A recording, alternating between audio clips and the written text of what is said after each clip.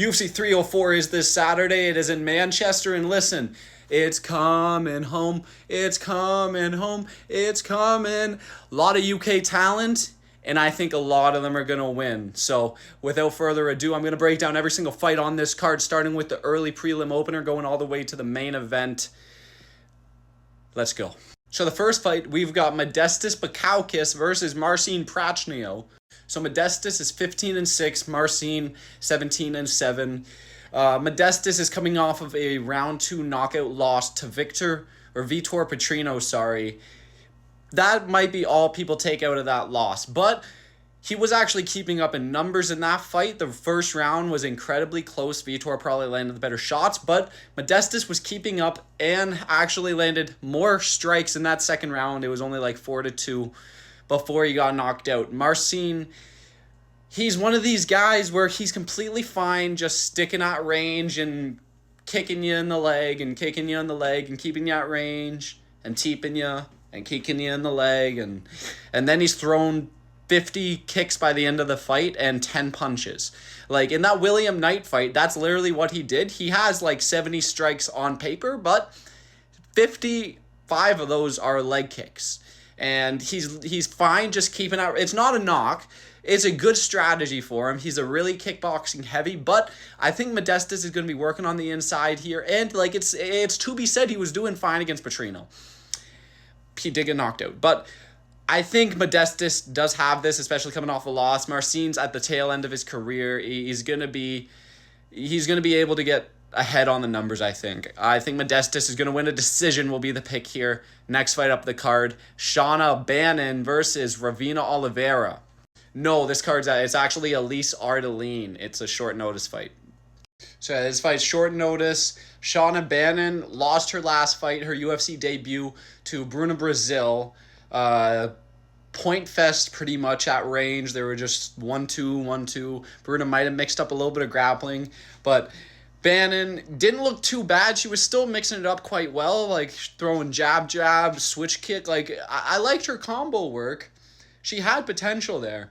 She's 5-1. Oh, and you can't see her opponent there, but she's 9-5, her opponent. Her last 3 fights, it's against an 0-2 opponent, or an 0-3 opponent, a 2-0 opponent, and then an 0-1 opponent. Like, does that sound impressive? Like, she's won her last 5 fights, but she's 9-5, and this is her UFC debut. She's 4 inches of reach disadvantage, 75 inches of reach for Bannon, or it might have been 65 to 61. Yeah, 65 inches of reach for Bannon and 61 for Ardeline.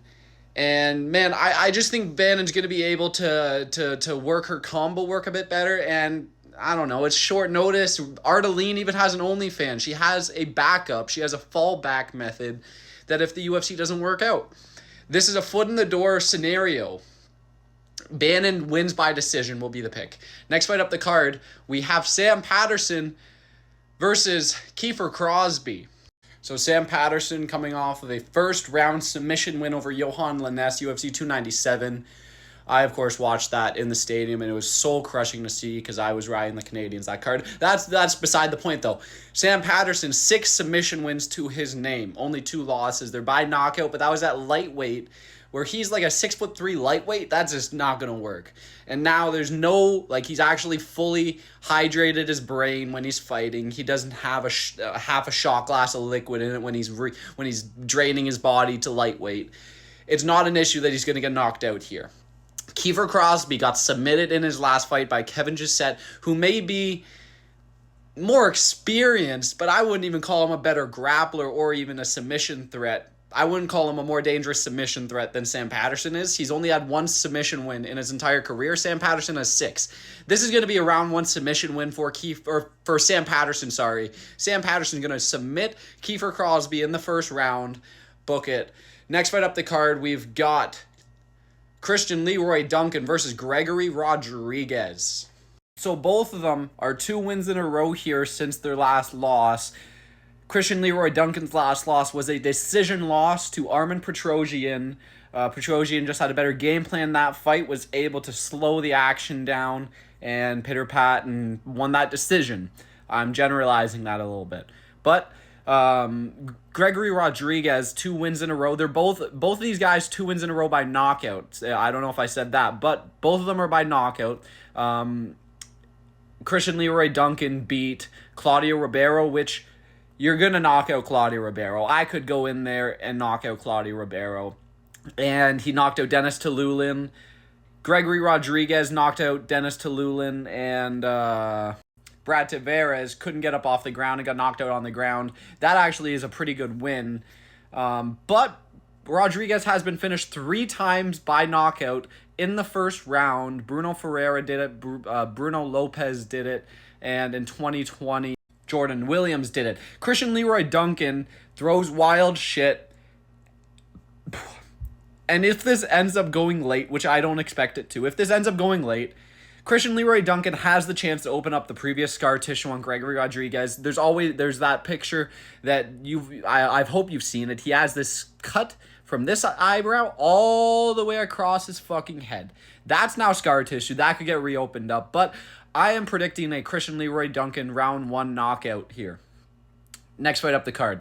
Obon Elliott versus Preston Parsons. I'm seeing some people pick Preston Parsons. They think his grappling is going to be some massive advantage here. Obon didn't look incredible against Val Woodburn. He got that win, though. I'm going to have to side with Obon Elliott.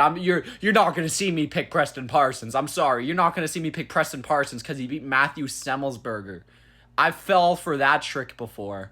I picked fucking Uros Medic because he beat Matthew Semmelsberger. I'm not falling for that trick again. No, Obon Elliott's going to get this done.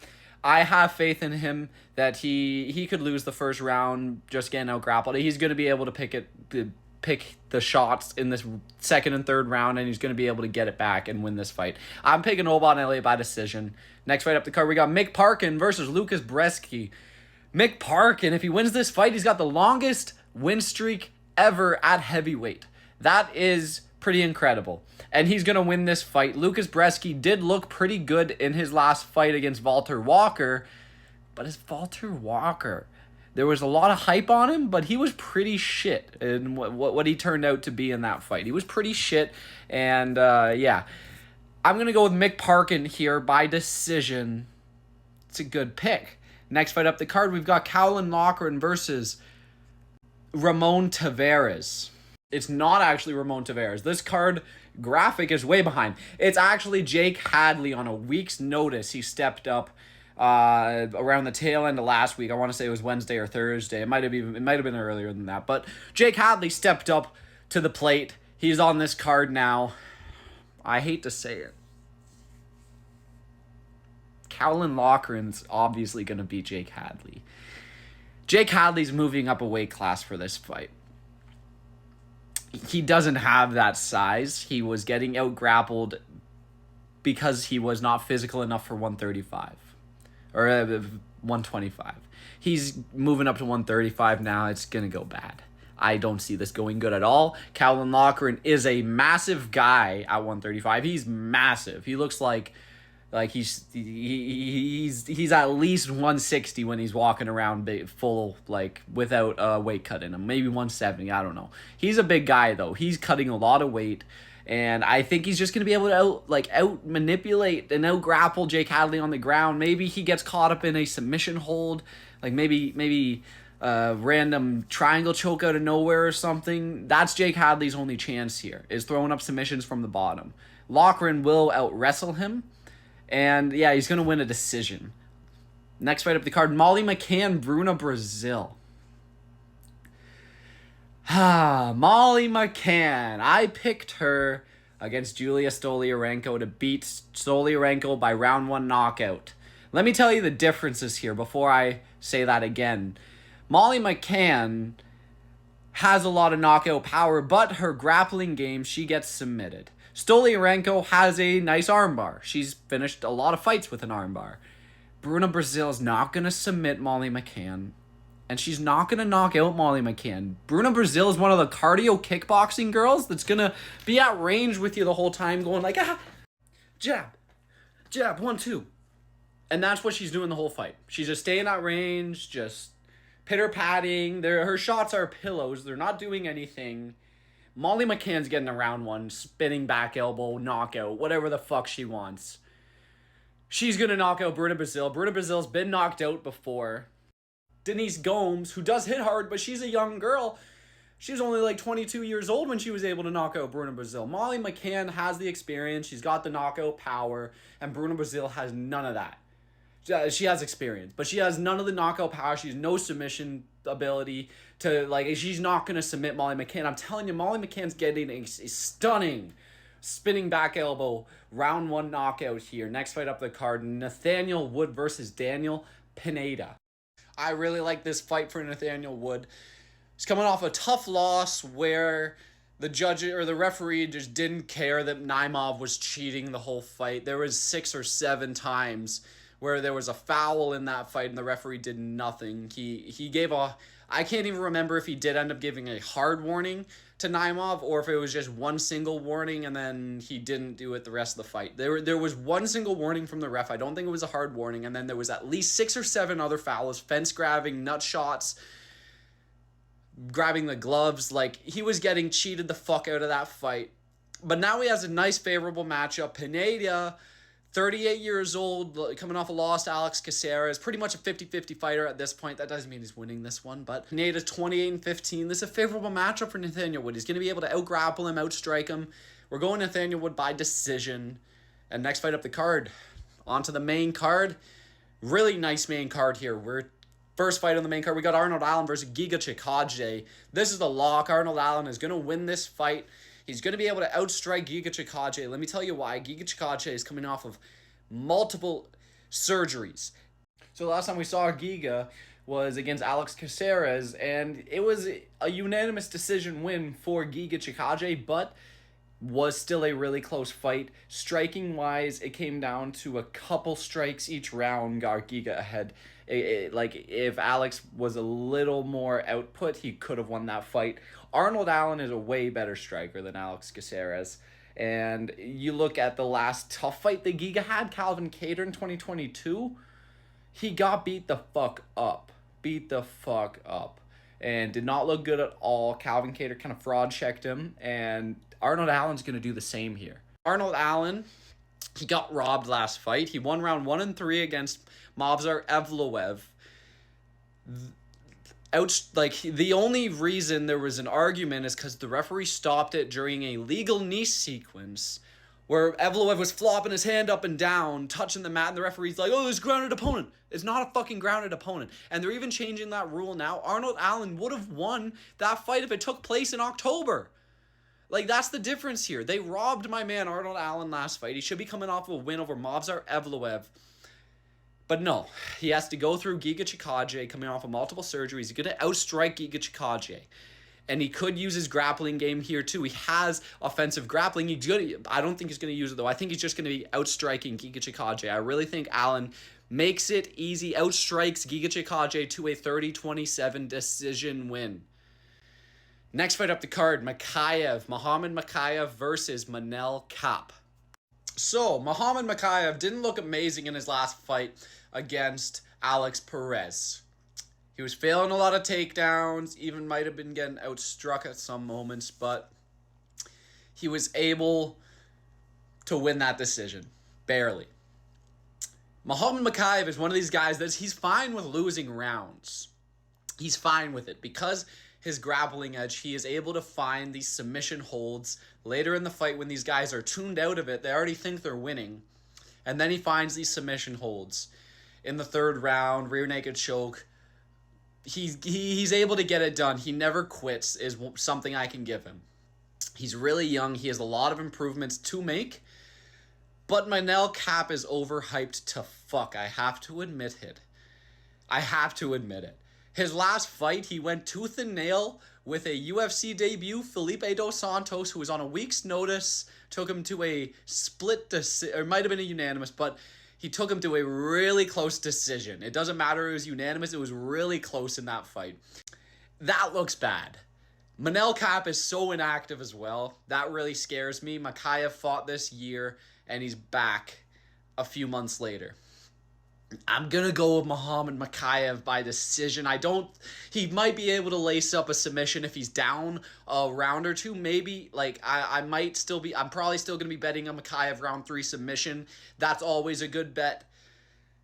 But I think he's going to win the decision. I think he's going to lose round 1, and then round 2 and 3 he's going to out-grapple Manel Cap. Maybe have some close submission attempts. Manel Cap gets out of them, but Mokaev, I think he's going to win this fight.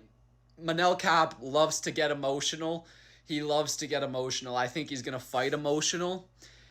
And then after that first round, he's going to get out-grappled.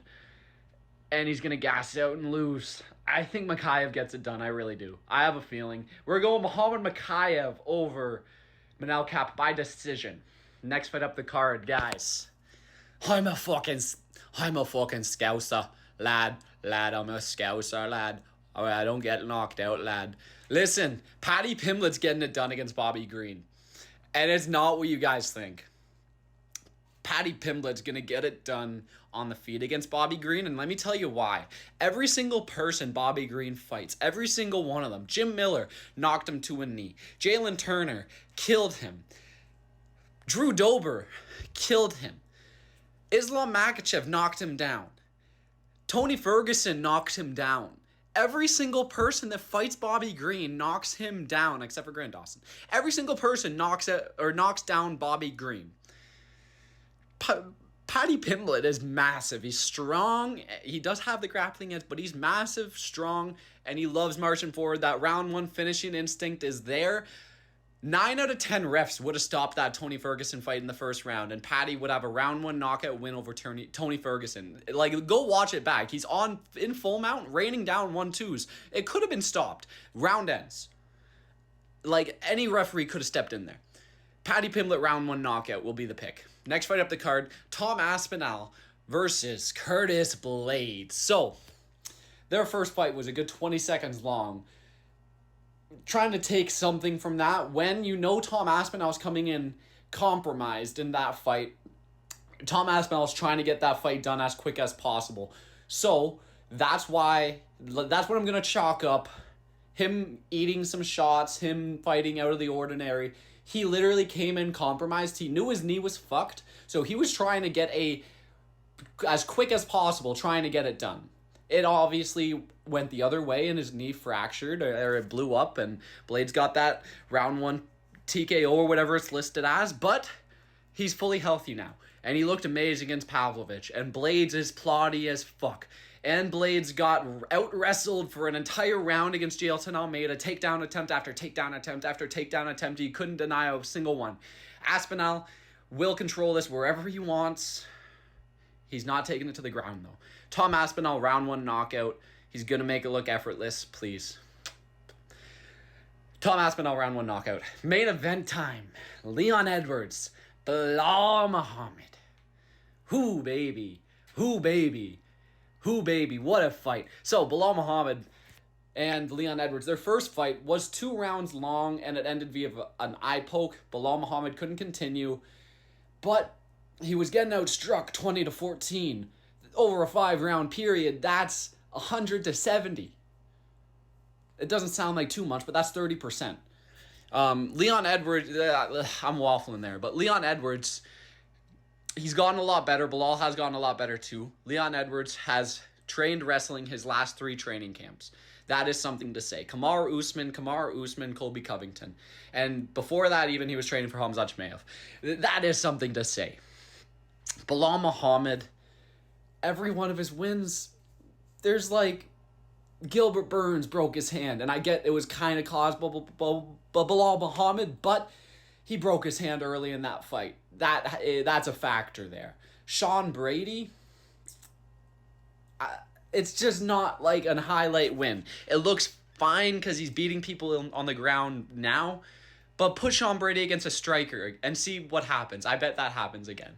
Leon Edwards, I think, is going to get this done by a finish. He looked just aggressive in that first fight. I think he dislikes Bilal, and I think Bilal, his striking game's just not there. I just don't like it. I think Leon Edwards will finish Bilal Muhammad round 3 or round 4 TKO. No. I'm going Leon by decision. Leon by decision. Come on. He's not getting a finish. Leon by decision will be the pick. Let me know what you guys think. Headshot dead.